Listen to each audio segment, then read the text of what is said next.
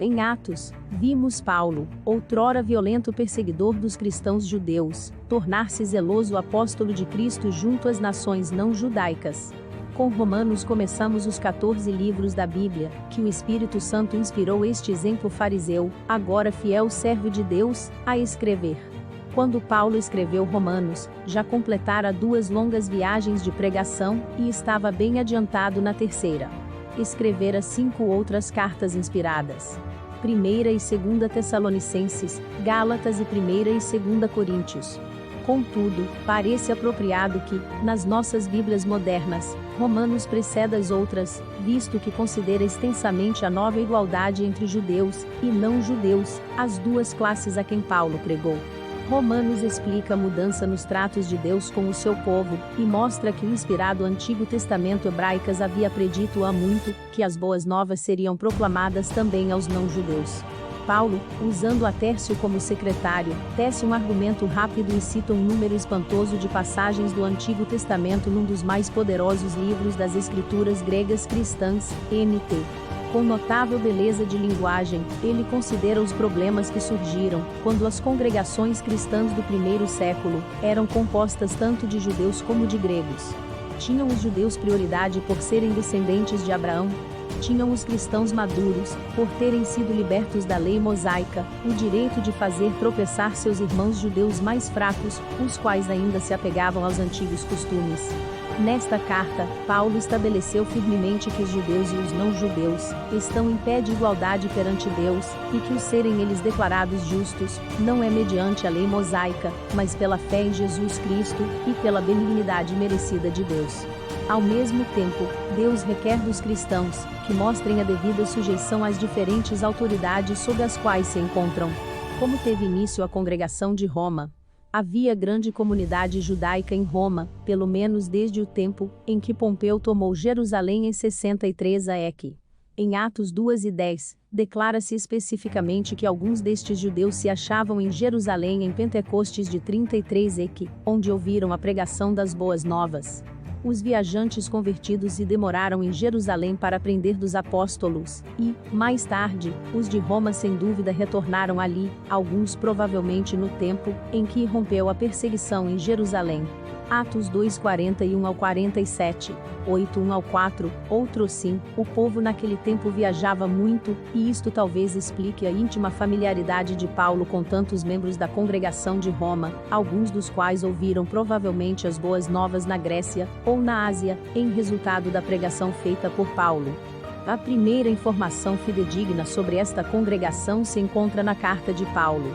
É evidente que a congregação era composta tanto de cristãos judeus como de não-judeus, e que o zelo deles era digno de louvor.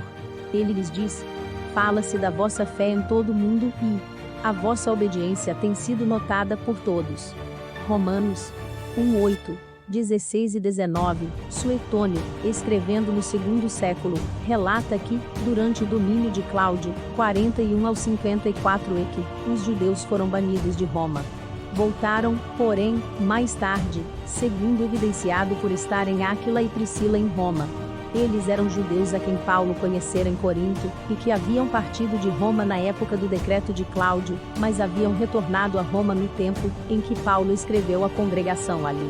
Atos 18:2, Romanos 16:3. A autenticidade da carta é firmemente estabelecida. É, conforme diz a sua introdução, de Paulo, escravo de Jesus Cristo e chamado para ser apóstolo, a todos os que estão em Roma, como amados de Deus, chamados para serem santos. Rom. 1:1-7, a documentação externa desta carta está entre as mais antigas existentes das escrituras gregas cristãs. Pedro emprega tantas expressões similares na sua primeira carta, escrita provavelmente 6 a 8 anos mais tarde, que muitos eruditos acham que ele já teria visto uma cópia de Romanos. O livro de Romanos foi claramente considerado parte dos escritos de Paulo e citado como tal por Clemente, de Roma, por Policarpo, de Esmirna, e por Inácio, de Antioquia, todos os quais viveram no final do primeiro e em princípios do segundo século e.C. O livro de Romanos se encontra, juntamente com outras 8 cartas de Paulo. Temos aqui, pois, um manuscrito quase completo das epístolas paulinas, escrito pelo que parece mais ou menos no começo do 3º século. Os papiros bíblicos Chester Beatty, gregos, são mais antigos do que os bem conhecidos manuscritos sinaítico e vaticano, ambos do 4º século EQ. Estes também contêm o livro de Romanos. Quando e de onde foi escrito Romanos?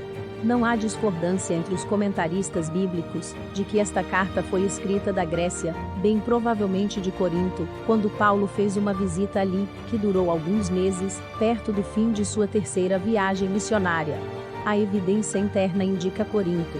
Paulo escreveu a carta da casa de Gaio, que era membro da congregação local, e recomenda Febe da congregação vizinha de Cencreia, porto marítimo de Corinto.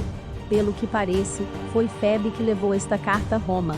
Romanos 16:1 e capítulo 23, 1 Coríntios 1 versículo 14, em Romanos 15 versículo 23, Paulo escreveu: Não tenho mais território virgem nestas regiões, e indica no versículo seguinte, que tenciona levar a sua obra missionária para o oeste, em direção da Espanha. Ele podia muito bem escrever assim perto do fim da sua 3ª viagem, em princípios de 56 EQ. Obrigado por ter assistido, Deus abençoe a todos. Não esqueça de curtir, compartilhar e se inscrever no canal, com isso ajuda-nos a fazer mais vídeos para você.